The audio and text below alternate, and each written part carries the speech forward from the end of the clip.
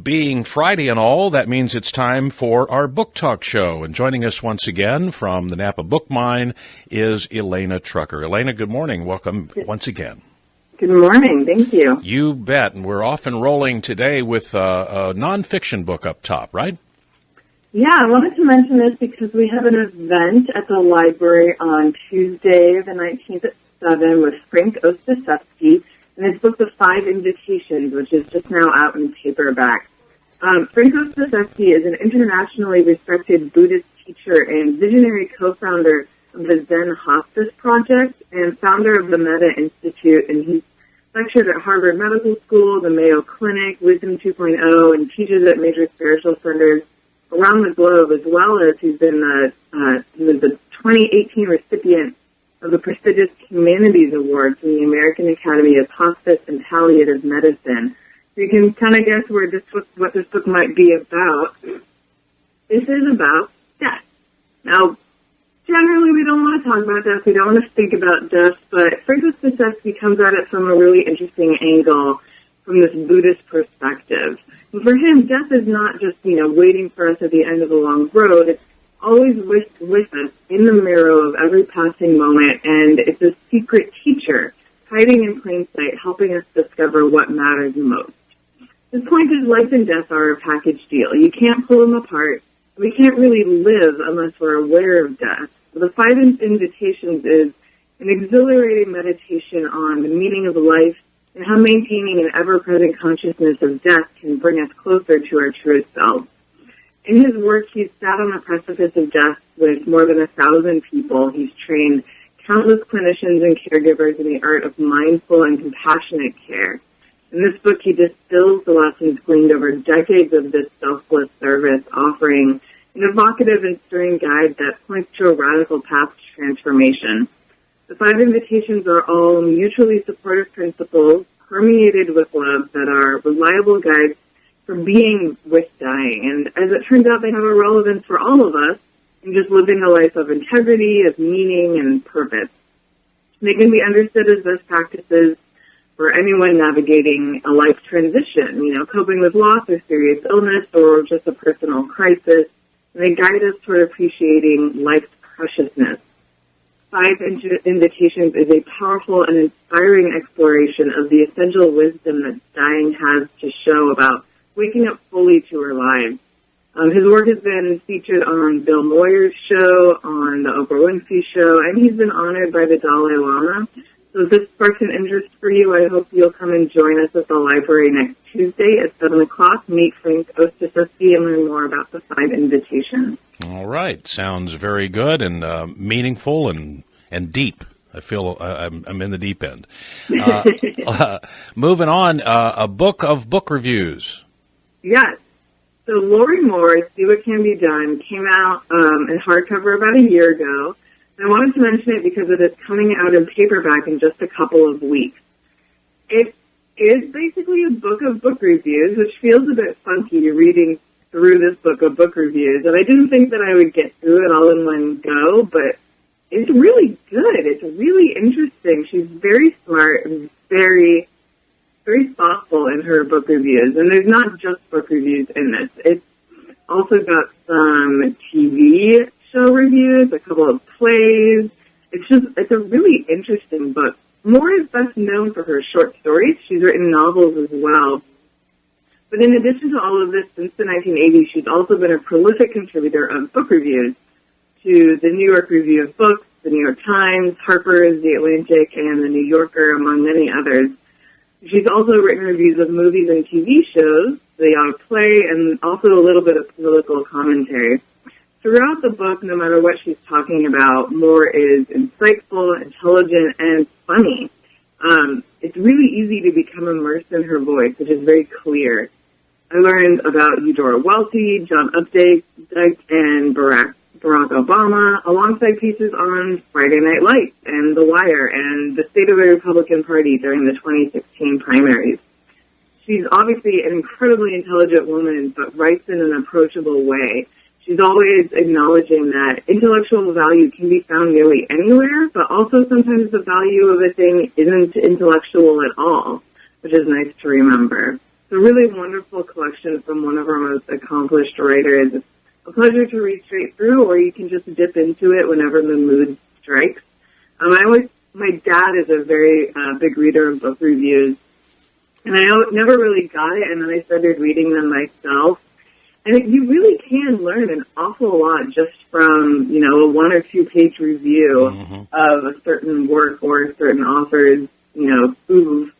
And it's just really fun to have these all in one nice package from a really remarkable woman and writer. Yeah. I agree about what you can learn from book reviews. When I used to have the Sunday Times as a Sunday morning ritual, the review of books section was always the first thing I would go to. Yeah. Yeah. Yep, me too now. There you go. I've lost that ritual, though, because now I'm reading it on my phone. But anyway, that's not your problem.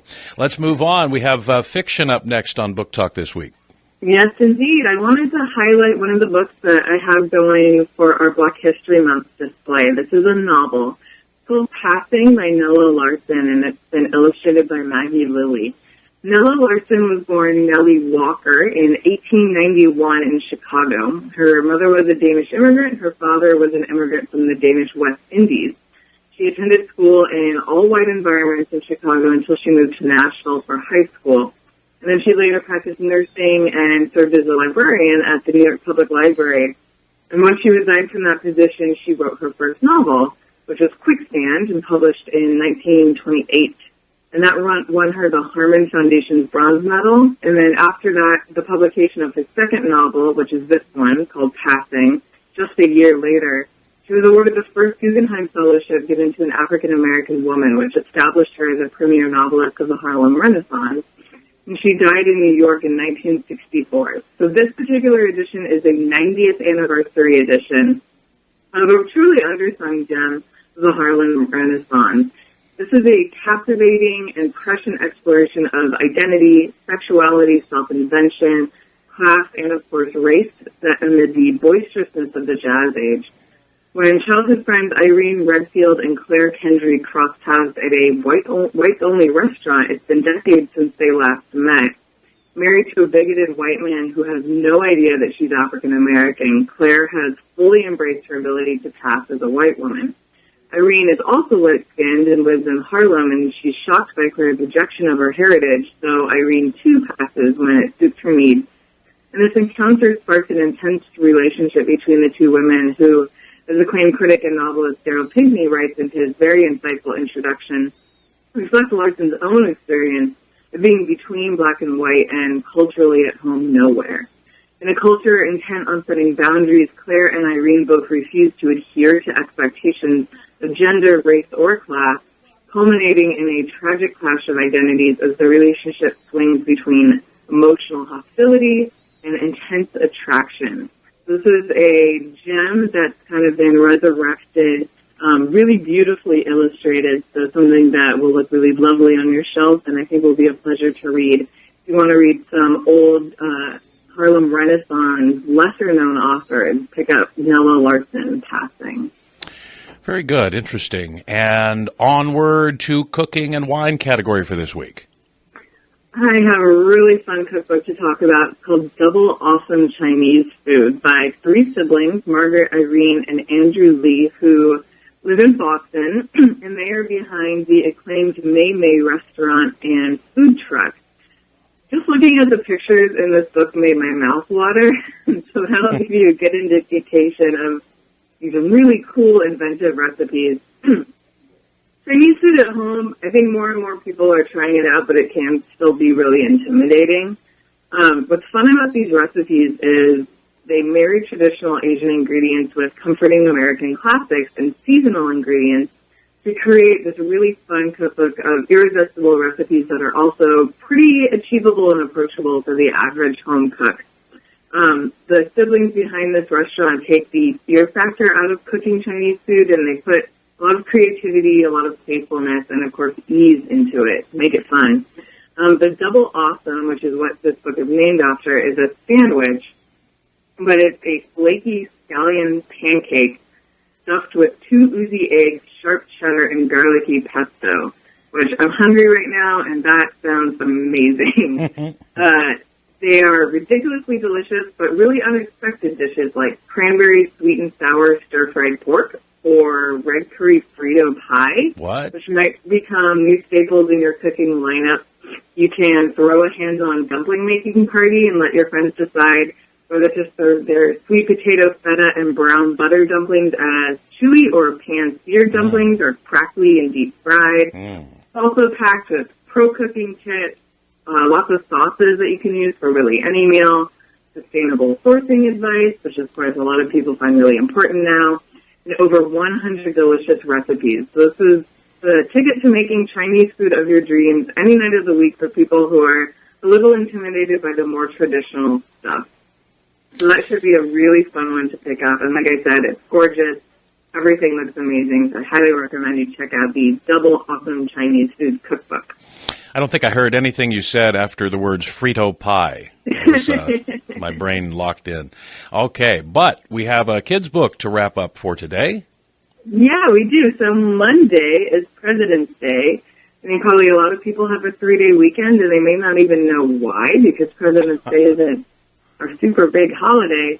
But what's really fun about this is we have our local middle grade author, Homzie, who I've mentioned a couple times on this show, has started a new middle grade series. It's a chapter book series for ages 6 to 9-ish. And the first one is called Ellie Mae on President's Day. So Ellie Mae is a second grader. She wants to leave her mark at each and every classroom holiday. She's a little overzealous, but always good-spirited. So it's kind of a tough age group, reading-wise, because the reading and maturity level can really be all over the place. Hillary is just a consummate professional. She always writes very sweet, age-appropriate books that should appeal to the age group. And the fact that they're highlighting these lesser-known holidays is really fun. So this first book, Ellie Mae on President's Day, about our quirky second grader. She's learning about the U.S. presidents, and she is way into it. What she really wants is to be the class flag leader during the week before President's Day.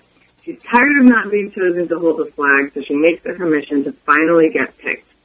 Along the way, she ends up karate chopping the class plant when she tries to determine whether George Washington actually chopped down that cherry tree.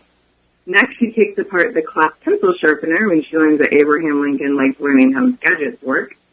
She knows that she may not be perfect like Miss Know-It-All Ava or calm like her best friend Lizzie, but she is always good-hearted and eventually realizes that honesty and patience go a long way. We really love Hillary. She's awesome with kids. Her books are really sweet. She lives here in Napa with her family. We love supporting our local authors. This is a really fun series to start out for that funky age group for kids who are above early readers, but not quite into, full-on fiction. And then the second book in the series is April Fool's Day. So we're going to be having an event with Hillary on Saturday, March 30th to celebrate both of these books. So I'll mention that when we get closer to that date. But if you want to get something fun for President's Day, which nobody ever gets a present for President's Day, maybe change that. This is a really sweet one to do that with. All right. And there you have it. That's this week's Book Talk show with Lena from Napa Book Mine. And tell folks where they can find you. We are at 964 Pearl Street and in the Oxbow Public Market. All right. Thank you. Have a great weekend. Thank you. Mm-hmm. And that wraps up Book Talk for now. We will turn our attention to I don't know what. I'm not sure what we'll turn our attention to. Other things. Other things are next here on The Morning Show. It's Big O Tires. Buy 2, get 2 tires free sale now through